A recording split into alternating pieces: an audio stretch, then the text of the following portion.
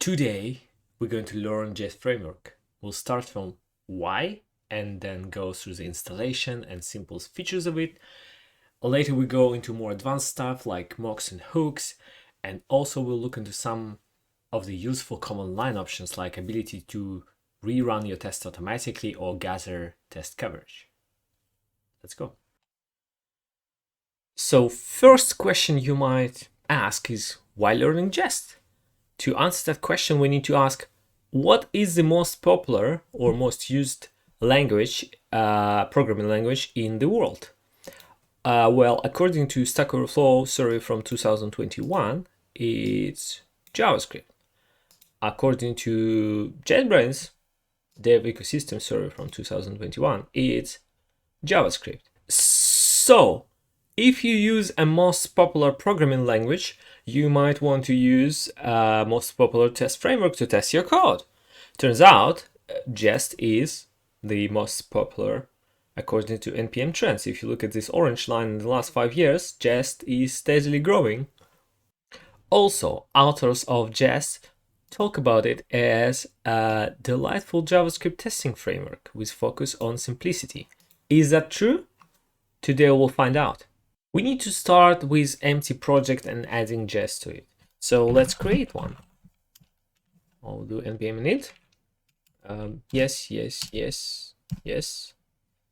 Test command is going to be Jest. Other stuff is not important. Okay, so now we're going to have a package.json file and we can add Jest as a dev dependency.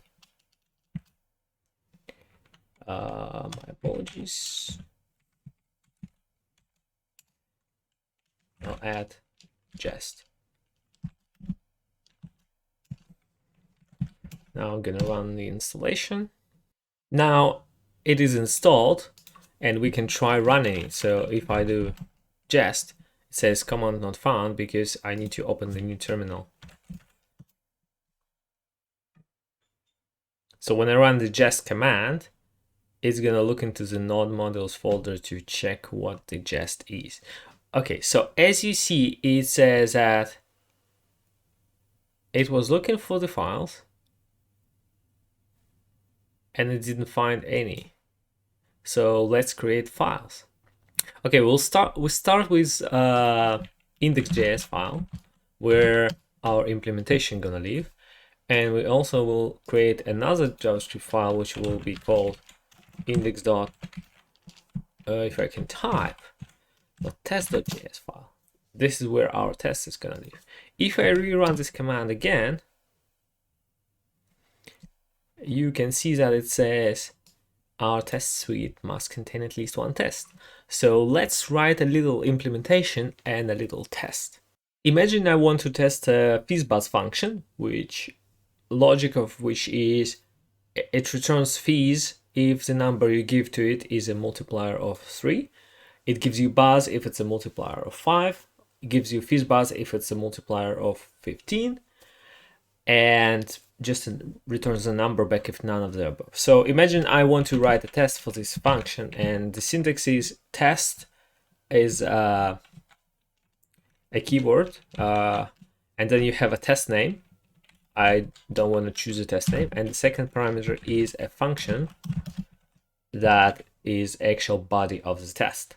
So it's pretty simple. Maybe I want to say tree gives fizz. You see we have no implementation yet, but we're going to create it in just a second. So let's just start with the body of the test.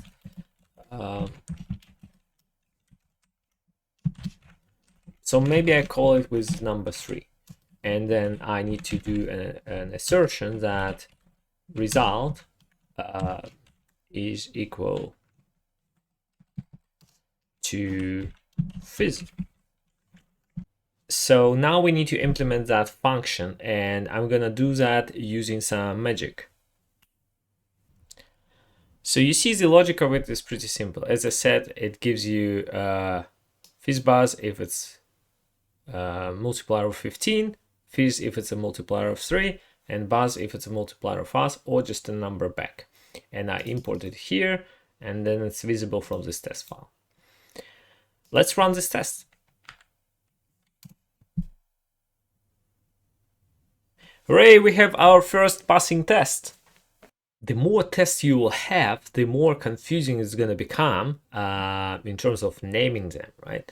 And this is when it's important to group them and give them good names. So let's add a test and then try to group them using the describe functionality of the Jest. So imagine that I just add this test and I maybe test that 6 also gives fees. If I run the tests, you will see I have 3 gives fees and 6 gives fees. But it's not very good. So let's group them together and give it the better name. So the syntax here is describe, and then you give again a name of the describe, and the second is a function.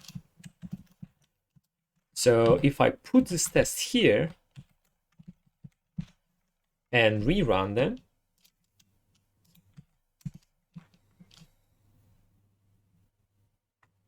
you can see now this one is a prefix. So now I can give a better names to my tests.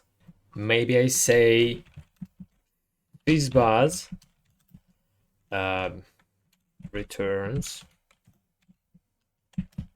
fizz for maybe 3.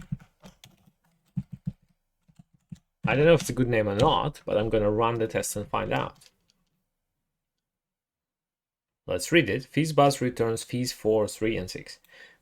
Kind of, sort of, but not quite.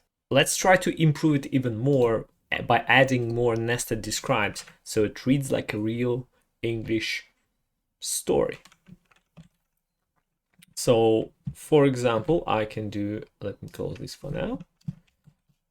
What I can do is I can say FizzBuzz function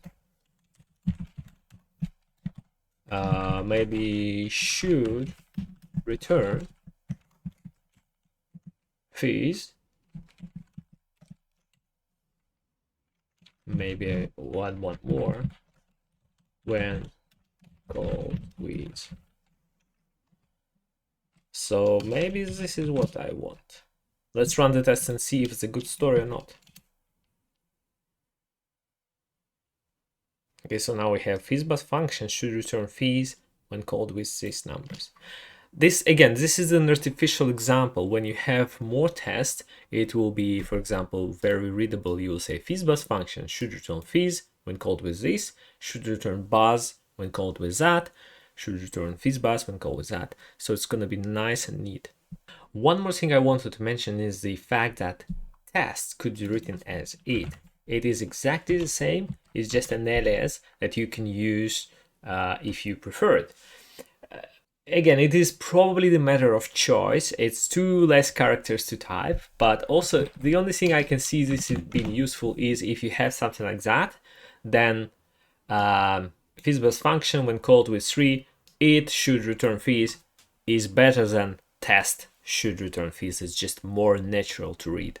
Imagine now we've written a little bit more tests and all of them are green, but the one you work on is not yet green. It's kind of annoying that when you want to run only one test, it tries to run everything. So there is a functionality that you could use to run only one test, and you can do that by saying it only or test only. Let's convert it back to test so to not confuse everyone.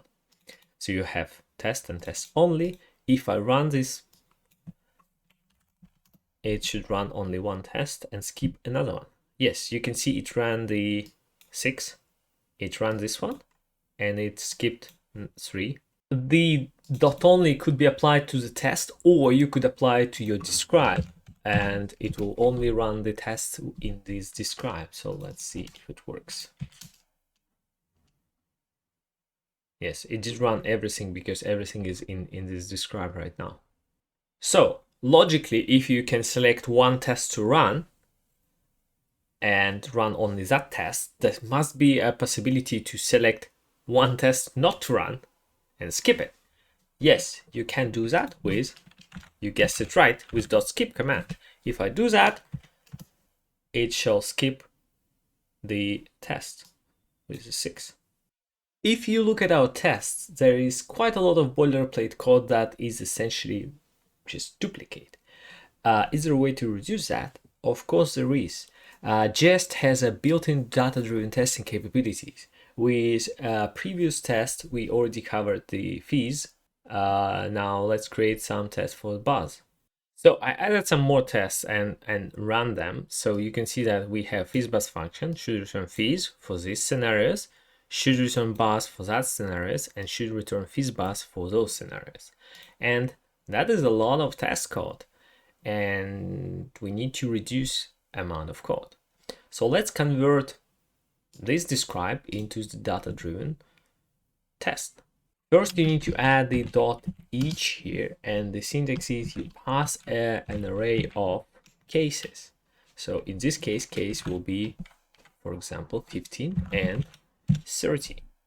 You also need to fix a name when you will say when called with test input, and then you need to cast it into, let's say, string. So this case will be visible here as a string.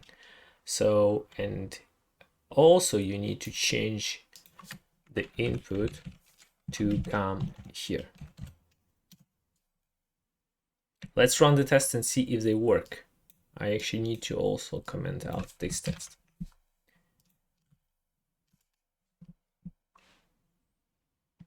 All right, let's see, it worked. Should return FizzBuzz when called with test input 15 and test input 30.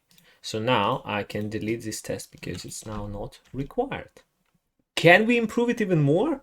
Of course we can. And turns out the cases does not necessarily need to be just a simple data primitive, right? It could be object that has different properties. So for example, let me create one and I will say maybe input 30 and expected FizzBuzz. That's my test. And I can have another one for 15, right? So now I have an array of 2 inputs and the name should be different now because name will be written like input. And this will take 2. It will take input and expected. So then I can convert that to be expected. Let's run and see if it still works.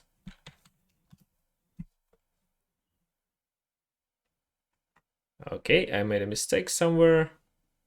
Oh, so mistake here was that it's actually, I need to pass it as an object. And if I rerun that, it works. So let's recap what we did here. We are having object, which is an input, and we have expected result, which is the output. So now we can actually convert all of our tests into the data-driven.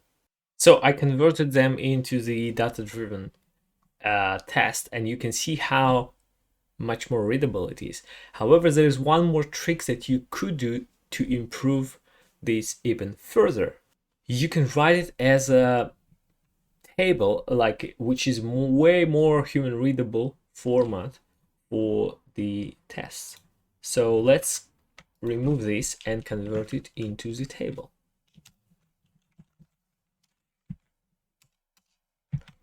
So the table goes here and it has columns, column names, and it has rows which are having values, which are our tests. So you can say 3 gives you fizz. Let me run this to make sure it works. It doesn't. It doesn't work because I forgot to wrap this one as a template literal. If I run it again, it works. If I use some magic to skip some time, you can see that it's very readable. You can see what's going in, what's going out. If you run the tests, you can see that I have a mistake in the test name because Now this is not valid. So let's fix the test name. The beauty is that we can just say here input should return expected. Then we don't need this, we don't need that, we don't need this as well.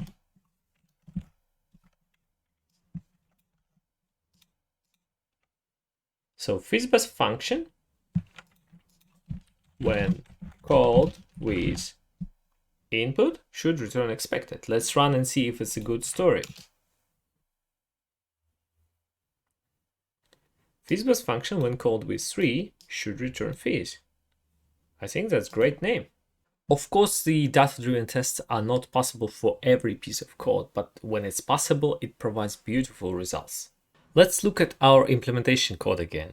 Imagine that before returning, it's actually also logging the number.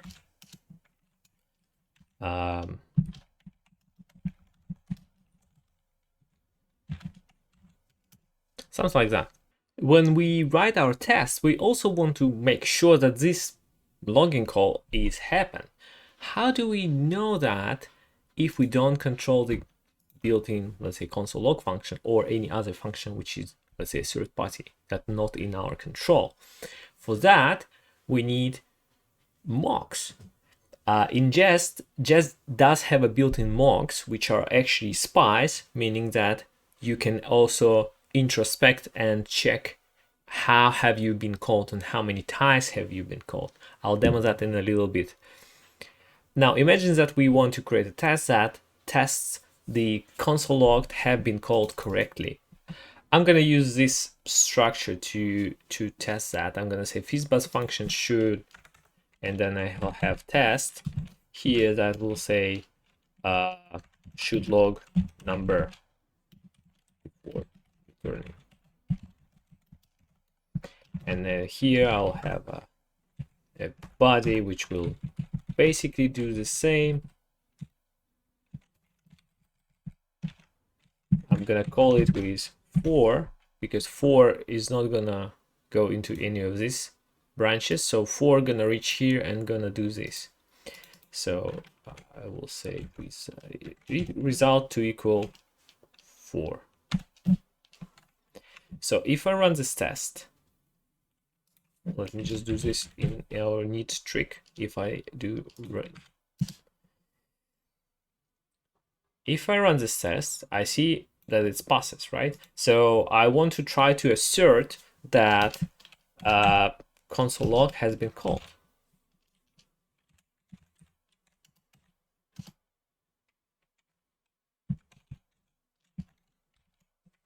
Has been called. And if I run it,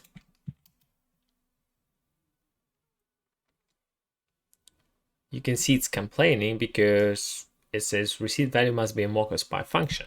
So just cannot look into this function and say what happened there. To fix that, we need to declare console log as a Jest mock function. So how to do it? We can do something like global node object, and then I look into the console, and then I'm just gonna override.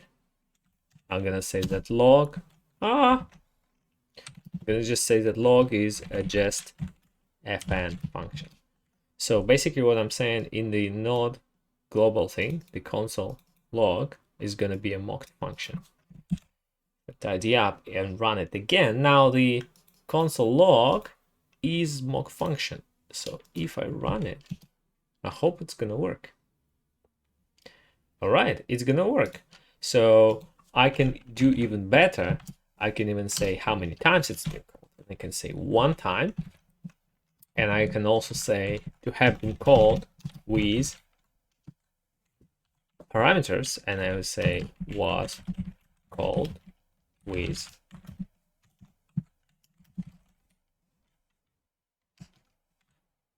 I think I need space. No, actually, my implementation doesn't have space, so let's do this. Okay. Let's just prove that it works. Okay, you see it's failing because it wasn't called with that, but it was called with this. Perfect. Imagine I want to add more tests into this scenario. And maybe I'll say log number 4 before returning it, and then I have log number 7 before returning it, right? So I'm going to do this, I'm going to do that. If I run it, it's going to work. However, if I look at the test code, I can see that it's actually, there's a lot of duplication. For example, this mock override happens twice.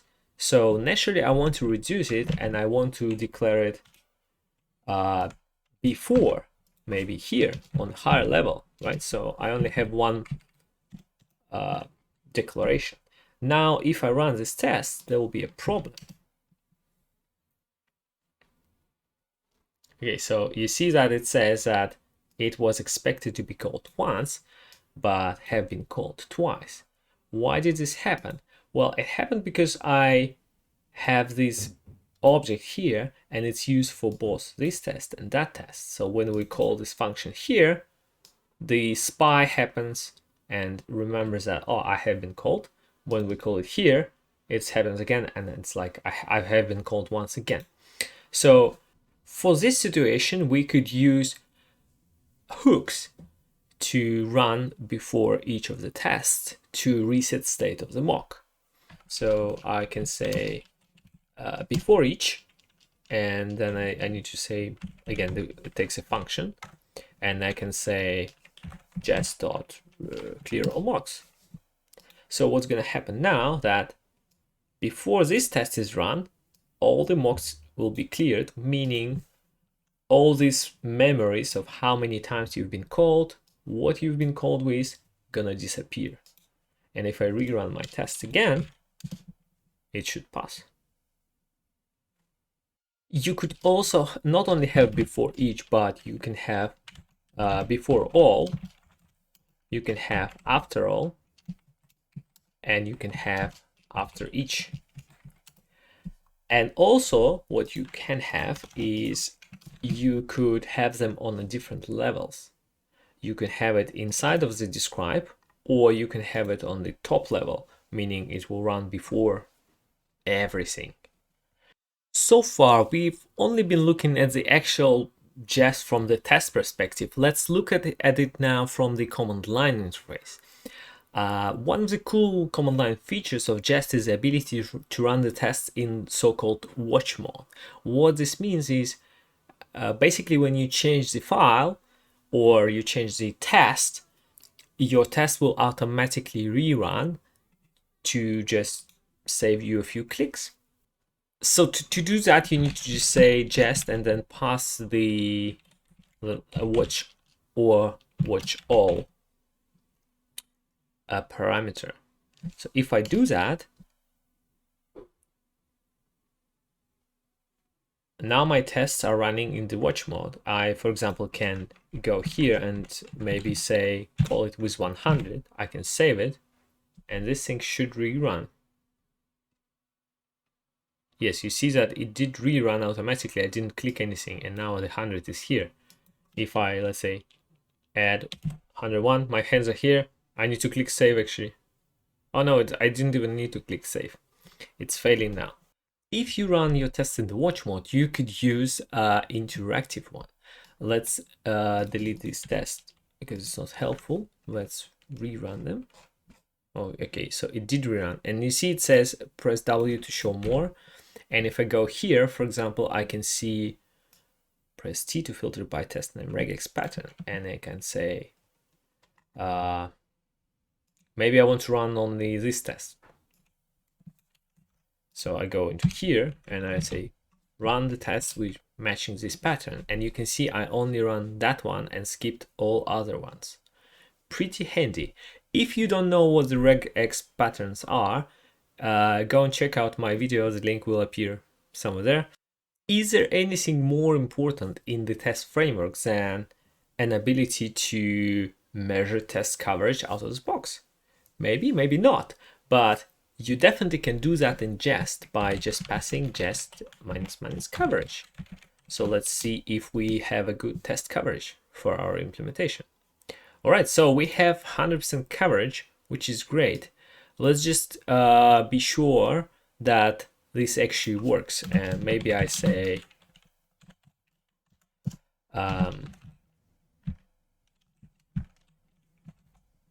something like that. And if I rerun it, the coverage should drop. Yes, you can see the coverage has dropped, and it shows me which line the coverage have dropped in. Actually, you can see that color is yellow. It means it's okay-ish because part of the line has been covered by test, because this statement is covered. But if I do, for example, a new line here and rerun the tests, it will tell me that line number 3 now is red because we never get to the line number 3. One more useful feature of command line is detect open handles flag. This can help you to debug some asynchronous code that have been still executing when your test stopped running. It's, for example, the open database connections or HTTP calls somewhere which have not been resolved, stuff like that. So imagine that we add,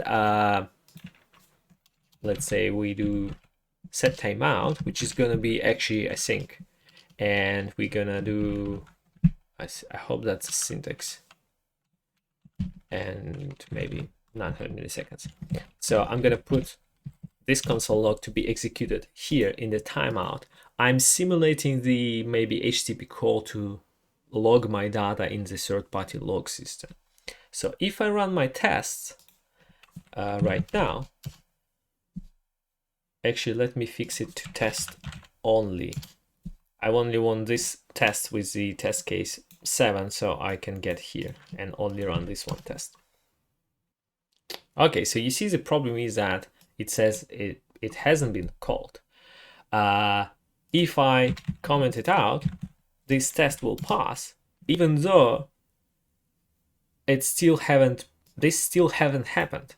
So how do we detect something like this? Well, we can just run it with just detect open handles. What it's going to tell us, it says Jest has detected that there's one handle potentially keeping it from exiting, and you can fix it now. Be aware that running that just in case might result in a massive performance impact. So only do that on your local machine, but never do that in CI/CD pipeline. Congratulations! Now you know Jest! Great testing adventure awaits. Check out my other videos and see you next time.